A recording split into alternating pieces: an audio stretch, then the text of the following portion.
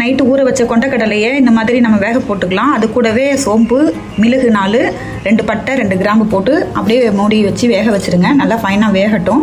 Mixie ஜாரில் 2 தக்காளி, 4 கொண்டக்கடலை வேக வச்ச கொண்டக்கடலையும் போட்டு நம்ம கிரைண்ட் பண்ணிக்கலாம்.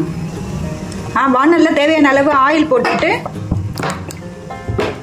நம்ம அரிஞ்சு வச்ச 2 வெங்காயத்தை அது கூட ஆட் பண்ணிக்கலாம்.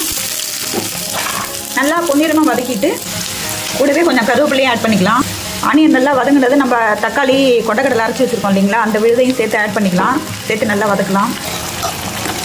பச்சை வாடை போக நல்லா இந்த மாதிரி நல்லா வதக்கிக்கோங்க. எண்ணெய் பிரிஞ்சு வர்ற வரைக்கும் நல்லா வதக்கிக்கோங்க. மசாலா நல்லா வதங்கினதும் நம்ம தேவையான அளவு உப்பு சேர்த்துக்கிட்டு கூடவே மசாலா தூள் கொஞ்சம் ஆட் பண்ணிக்கலாம். இது மாதிரி எண்ணெய் நல்லா பிரிஞ்சு வந்ததும் நம்ம கொண்டக்கடலையை ஆட் பண்ணிக்கலாம். வெந்த கொண்டக்கடலையை நம்ம அப்படியே ஆட் பண்ணி, இது 5 ஸ்டார் ஹோட்டல் பதத்துக்கு ரொம்பவே டேஸ்டியாக இருக்குங்க. இது சப்பாத்தி, ரைஸு, தோசை, இட்லி எல்லாத்துக்குமே நம்ம சேர்த்துக்கலாம். செம்ம காம்பினேஷனில் இருக்கும். ரொம்பவே சூப்பராக, ஈஸியாக, டேஸ்டியாக ரெடி ஆகிடுச்சு சன்னா மசாலா. பிடிச்சிருந்தா ஒரு லைக் பண்ணிக்கோங்க.